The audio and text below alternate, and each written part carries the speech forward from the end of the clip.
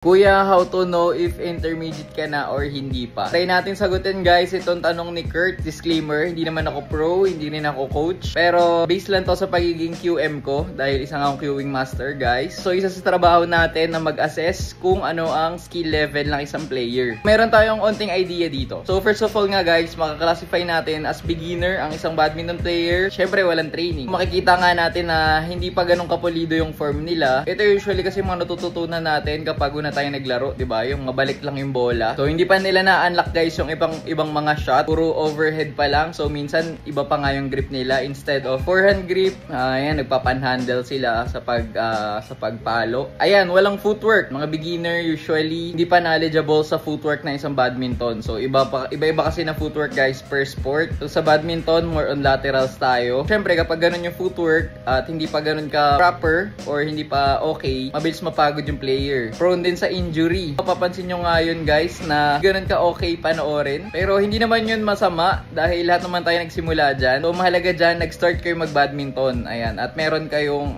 will at eager kayo matuto. Nga, sa beginner guys, hindi pa nila na-unlock yung ibang mga shots like lift, mga backhand. Ayan, usually sila yung mga wala pang backhand. Hindi pa proper yung timing nila. Madalas mag-backal, mga ganun. Kasi nga, hindi pa pulido yung fundamentals. So, paano mo masasabing intermediate ka na? Para sa akin, para ma-considered as intermediate ka na, kailangan alam mo yung mga proper shot ng badminton. At least nagagawa mo ng tama. Kahit di ganun ka-perfect yung form, yun, nababalik mo yung bola via overhead. Alam mo yung variety ng tatlong shots. Like, overhead clear, smash, tsaka yung drop. Medyo may idea ka na ng backhand. And ang pinaka-importante sa lahat, parang eto nga, dito mo ma-consider na intermediate ka na kapag medyo okay na yung footwork mo. Pag nakikita mo na less na hingal mo sa game dahil tama yung footwork mo, yung kanan yung pinanglalunch mo. Tapos, eto pa, yung game sense. Yung mga intermediate dahil naging intermediate na sila dahil nga sa katagalan din ng paglalaro or nag-training sila. Mas may game sense. Alam nila yung rotation ng doubles. Medyo meron na idea paano i-predict yung bola, kung paano yung bagsak ng bola, kung paano yung itsura ng shot kapag magdadrop yung kalaban, mag-smash, mga ganun. So, yun yung intermediate. And sa advanced naman, lahat yan, pulido na. Alam na nila lahat ng mga basic. Yung iba nga dyan, dahil nga sobrang dali na ng basic sa kanila, nagti-trick shot na sila. Feeling ko ako, wala pa ako sa advanced level. Siguro nasa intermediate pa rin kasi matagal talaga guys na masterin itong pagbabadminton. Kung pro ka nga or coach, tulungan nyo naman ako. Comment down below nga kung